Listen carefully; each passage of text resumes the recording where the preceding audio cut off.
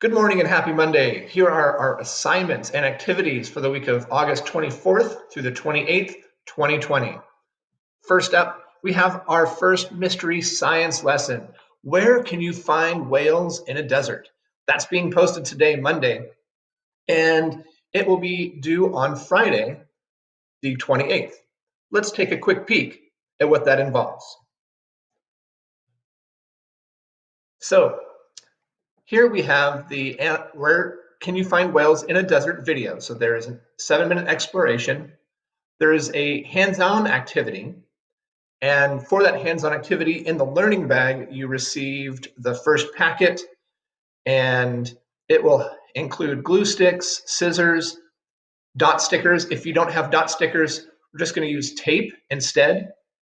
You should have the fossil dig printout and answer key and the questions and the mystery fossils. In the video, it will explain how all of these things are used step by step, so there is no guesswork involved. So that is the first lesson. Where can you find whales in the desert? Next, we have the mystery science mini lesson, why are flamingos pink?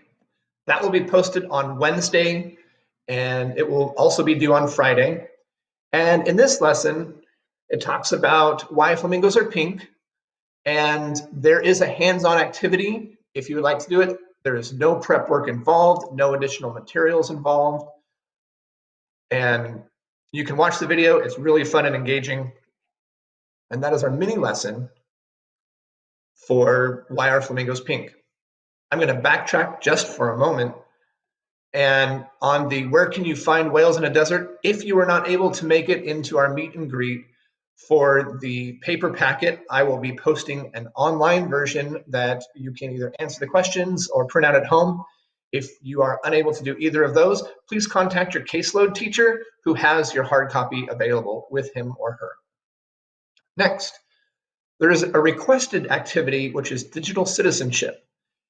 Digital citizenship is how we act and participate online, and just to provide some good general guidelines and some safeties for our students. It is not required, but I would highly suggest that we take a look at it. And it is talking this week about the power of words and exploring what students should do when someone might use mean or hurtful language on the internet. So it's a very helpful thing that we can do there.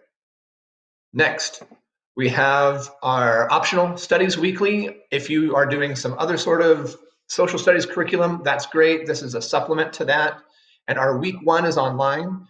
If you were able to make it to the meet and greet, you should have the hard copy version.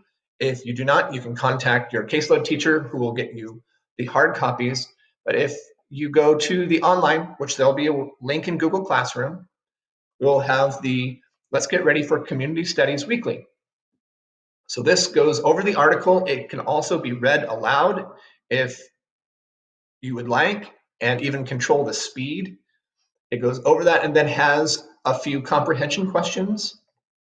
Also, you can click on the left-hand side of the screen about going to the different articles in the magazine.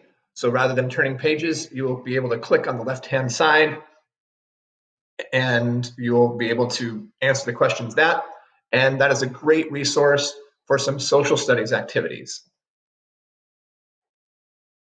Following the social studies, we have the optional activity of Scholastic News. I'm posting that today as well. There will be a video and 2 pages that you can choose.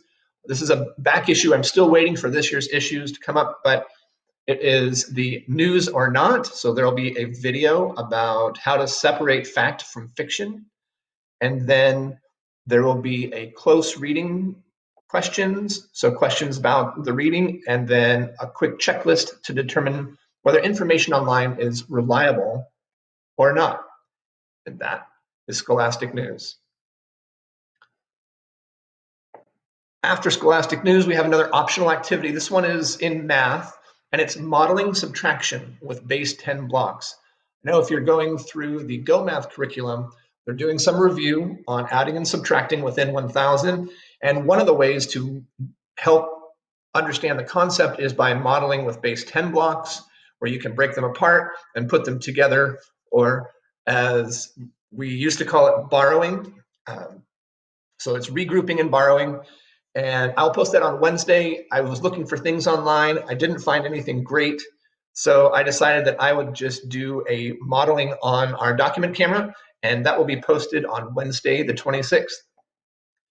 Tomorrow, I have an open Zoom for questions and assistance. So if you can't figure out the curriculum or have questions about this video or any of the resources provided here or online, that'll be tomorrow, Tuesday, from 9 a.m. to 9:40 a.m. I'm just going to pop that recurring Zoom meeting open. You can click on the link, and I will be here ready to answer any questions you may have. And then our third grade weekly Zoom meeting. This is the one where we really would love everybody who is able to attend, and we're going to do it on sequencing. If you, again, were able to receive your learning bag, there's a sequencing page that we're going to be using. There will also be a digital version posted on Google Classroom, and that will be from Thursday, August 27th, from 9 a.m. to 9:40 a.m. And we're going to do that sequencing page all together, so there's no additional prep work that you have to do or things of that nature. As always, if you have questions, you have my phone number to call or text. You can reach me on email or contact me through Google Classroom. Have a great week. Looking forward to seeing you on Thursday, if not before.